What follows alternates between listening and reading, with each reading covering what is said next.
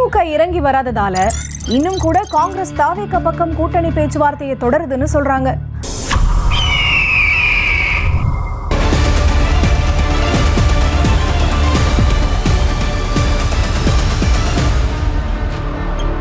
தொகுதி பங்கீடு பத்தி பேச எல்லா கூட்டணி கட்சிகளுக்கும் நாள் குறிச்சி திமுக அழைப்பு விடுத்துருச்சு.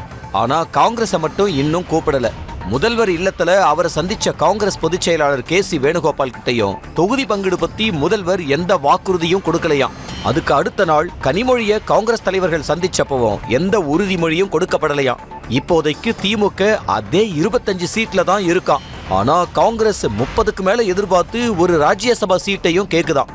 திமுக கூட பேசிக்கிட்டே தாவேக கூடவும் தனி ரூட்ல பேசிக்கிட்டு இருக்கிற காங்கிரஸ் மேல திமுக தலைமை கடும் கோபத்துல இருக்கான். விரும்பினா உடனே கூட்டணியை விட்டு வெளியேறலாம். காங்கிரசுக்கு ஒரு வாக்கு வங்கி இருக்கு. ஆனா தேர்தல்ல வேலை செய்ய ஆட்கள் இல்லாம திமுக தான் ஒவ்வொரு முறையும் உங்களை ஜெயிக்க வைக்குதுன்னு திமுக தரப்புல இருந்து காங்கிரஸ் மேலிடத்துக்கே நேரடியா எதிர்ப்பு காட்டப்பட்டிருக்கான்.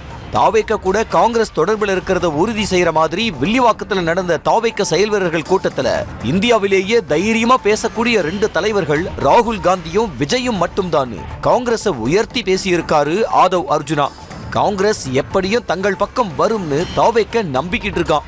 அந்த நம்பிக்கையை உறுதிப்படுத்துற மாதிரி காங்கிரஸ் கூட கூட்டணியை வைக்க தாவேக காத்திருக்குன்னு கிரீஷ் சோடங்கர் வெளிப்படையா ஒரு பேட்டியும் கொடுத்திருக்காரு.